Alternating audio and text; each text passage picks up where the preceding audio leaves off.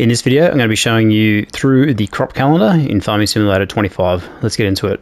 Okay, so to access the crop calendar, you want to push your options button, and it's the second menu underneath the crop types menu, the little calendar icon. This is the crop calendar. Now in the base game, as standard setting, the crop calendar is set to seasonal growth. So seasonal growth basically means that you have planting season and harvest season based on the particular types of crops that you can plant, harvest, and farm. Okay, so we've got a whole list of crops on the right-hand side there. Oh, sorry, the left-hand side. The green bar indicates the planting window, and the harvest season is denoted by the / reddish orange bar. Now, seasons is a game setting. So if you come into game settings, you've got seasons down here. So seasonal growth, yes, no, paused. So basically that basically means whether you play with seasons on or off. Okay, so if we turn seasons to no, then we come back in, your seasonal growth charts have now changed. So you can basically plant and harvest everything all year round. Now the crops have different growth rates depending on what they are. Some will grow faster than others. But the benefit to playing this way is you can basically plant and harvest whenever you like. So like traditionally, you have to plant cotton, for example, in February or March, and then October, November is your harvesting window. So you have to wait till you get to that month before you can harvest that crop. Okay, so that's what that setting is. So let's go back in. Now if we set that to yes, so we'll go back to set that to yes, and then we'll go back to our menu, and we can now see the crop calendar has now returned. Okay. Now one thing you need to be really careful of here is if you don't change it and set it to paused. So if you set this to paused, basically what it will do is it'll pause the crop calendar. Okay, so we've set the growth to paused now. So if we go back in and have a look, you can see that our crop calendar is now showing as you can plant and harvest any time. But what it does is it pauses the growth of the crops, so you can't harvest or plant anything because the seasonal window is now paused, so nothing will grow. So if you're skipping through time and your crops aren't growing, you're wondering why, you've potentially accidentally put this to paused and not realized it. Okay, so that's one thing to be careful of. So I like to play with seasons on because it gives you a pretty good sort of clear guide of when you can plant things, when you can harvest things, sort of mixes up the gameplay. But if you don't like waiting for your crops to be ready and you want to plant and harvest whenever they're ready, and the gameplay loop is a bit quicker because the growth periods are generally a bit shorter.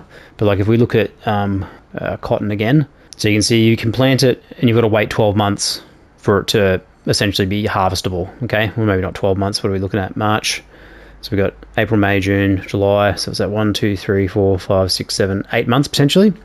Something like wheat, for example, is a little bit more tighter in the time frames.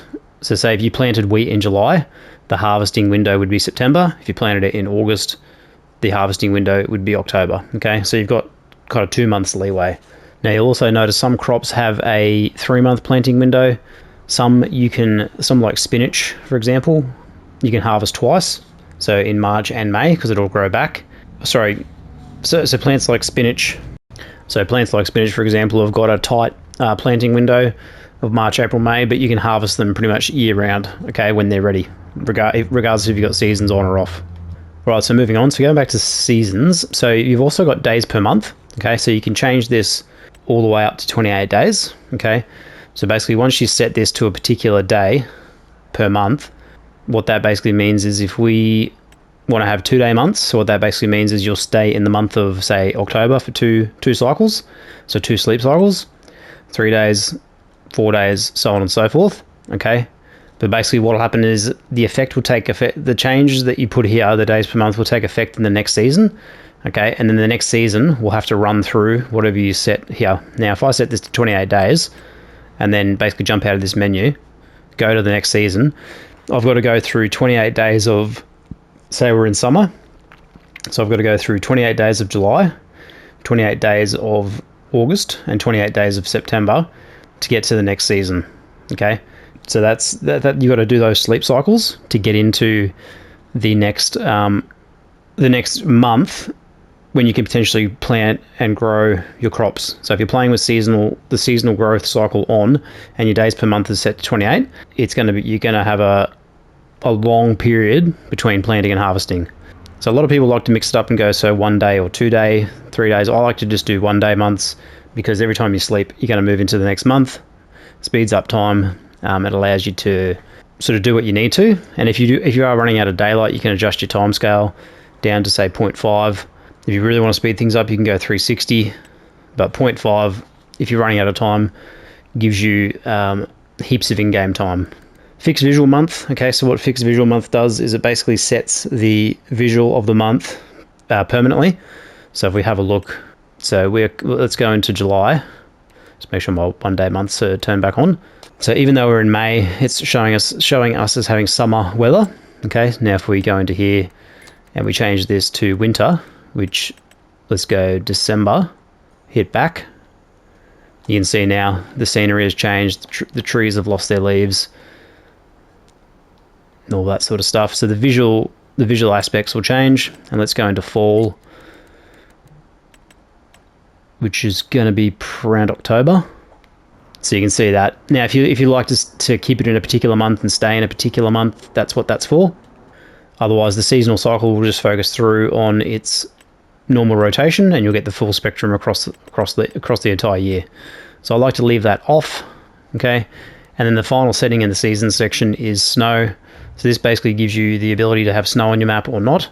So snow basically falls randomly based on the weather patterns. So let's just make sure this is all back to normal. So at seasonal growth, yes.